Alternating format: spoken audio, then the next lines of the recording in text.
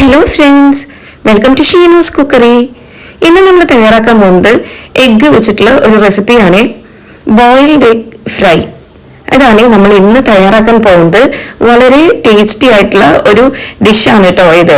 അപ്പൊ നിങ്ങൾ തീർച്ചയായും ഇതൊന്ന് വീട്ടിൽ ട്രൈ ചെയ്ത് നോക്കണം കേട്ടോ. ഞാനൊരു 5 കോഴിമുട്ടയാണ് എടുത്തിട്ടുള്ളത്. ഇനി നമുക്ക് ഈ മുട്ട പുഴുങ്ങാൻ വേണ്ടിയിട്ട് ഇടാട്ടോ. അപ്പൊ ആവശ്യത്തിന് വെള്ളം ഒഴിച്ചിട്ട് നമുക്ക് മുട്ട പുഴുങ്ങാൻ വേണ്ടിയിട്ട് വെക്കാം. ഒരല്പം ഉപ്പിട്ട് കൊടുക്കുന്നത്. അപ്പൊ ഇത് നമ്മൾ പുഴുങ്ങിയെടുത്ത മുട്ടയാണ്. അപ്പൊ ഞാനിവിടെ മുട്ടത്തോട് തന്നിട്ട് മുട്ട ഒരു പാത്രത്തിലേക്ക് വെച്ചിട്ടുണ്ട്. ഇനി നമുക്ക് വേണ്ടതേ നമ്മുടെ മുട്ടയുടെ യെല്ലോയും വൈറ്റും സെപ്പറേറ്റ് ചെയ്യാണ് ചെയ്യേണ്ടത്. ഇനി നമുക്ക് സെപ്പറേറ്റ് ചെയ്യാം കേട്ടോ. അപ്പൊ ഞാനിവിടെ സെന്ററിൽ ഇങ്ങനെ മുറിക്കുന്നുണ്ട്. Yellow part നീക്കാം. ഇനി നമുക്ക് ഈ വൈറ്റ് ചെറിയ കഷ്ണങ്ങളാക്കിയിട്ട് മുറിച്ചെടുക്കാം കേട്ടോ.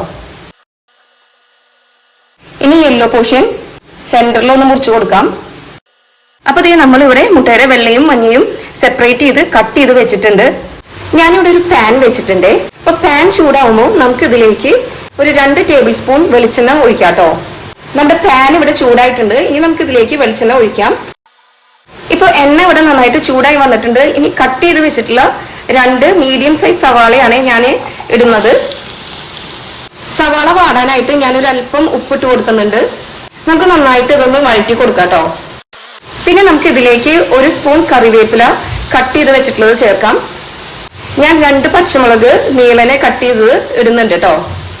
നന്നായി ഒന്ന് മിക്സ് ചെയ്ത് കൊടുക്കാം.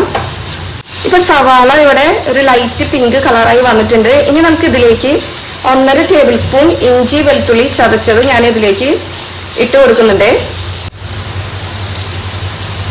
നമുക്ക് നന്നായിട്ടൊന്ന് വഴറ്റിയെടുക്കാം കേട്ടോ. ഇപ്പൊ നമ്മൾ സവാളയും വെളുത്തുള്ളിയും ഇഞ്ചിയൊക്കെ നന്നായിട്ട് വഴണ്ടി വന്നിട്ടുണ്ട്. ഇനി നമുക്ക് ഇതിലേക്ക് പൊടികൾ ചേർക്കാം കേട്ടോ. ഇതിലേക്ക് 1 സ്പൂൺ കാശ്മീരി മുളക് പൊടി ഞാനിപ്പോൾ ചേർക്കുന്നുണ്ട്. ഒരു 1/4 സ്പൂൺ മഞ്ഞൾപ്പൊടി ചേർക്കാം. 1 സ്പൂൺ മല്ലിപ്പൊടി ചേർക്കുന്നുണ്ട്.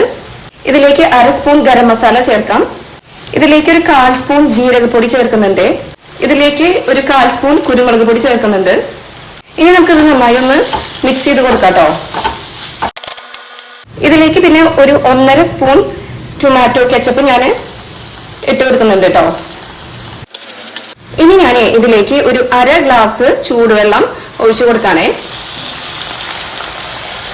നമുക്കിനി ഇതിലേക്ക് ആവശ്യത്തിന് ഉപ്പിട്ട് കൊടുക്കാം. ഒരു 2 മിനിറ്റ് ഇങ്ങനെ ഒന്ന് ഇളക്കി കൊടുത്തതിന് ശേഷം നമുക്ക് കട്ട് ചെയ്ത് വെച്ചിട്ടുള്ള നമ്മുടെ മുട്ട ഇട്ട് കൊടുക്കാം കേട്ടോ. ഇനി നമുക്ക് മുട്ട ചേർക്കാം. ഇനി നന്നായി ഒന്ന് യോജിപ്പിച്ച് കൊടുക്കണേ. ഇനി നമുക്ക് ഇതിന്റെ മുകളിലേക്ക് 1/2 സ്പൂൺ കുരുമുളക് പൊടി വിതറി കൊടുക്കാം കേട്ടോ. 1/2 സ്പൂൺ ഗരം മസാല കൂടി ഞാൻ ഇട്ട് കൊടുക്കുന്നുണ്ട്. നമുക്ക് നന്നായി ഒന്ന് മിക്സ് ചെയ്തെടുക്കാം. ഇനി നമുക്ക് ഫ്ലെയിം ഓഫ് ആക്കാം കേട്ടോ. ഇനി നമുക്ക് ഇതിന്റെ മുകളിലേക്ക് കട്ട് ചെയ്ത് വെച്ചിട്ടുള്ള നമ്മുടെ മല്ലിയില ഇങ്ങനെ വിതറി കൊടുക്കാം. ഇനി നമുക്ക് ഇത് ഒരു സെർവിങ് പ്ലേറ്റിലേക്ക് മാറ്റാം കേട്ടോ. നമ്മൾ ഇന്ന് തയ്യാറാക്കിയിട്ടുള്ള ഈ റെസിപ്പി നിങ്ങൾക്ക് ഇഷ്ടപ്പെട്ടുവെങ്കിൽ എൻ്റെ ഈ ചാനൽ ഒന്ന് സബ്സ്ക്രൈബ് ചെയ്ത് ലൈക്കും ഷെയറും ചെയ്യണേ.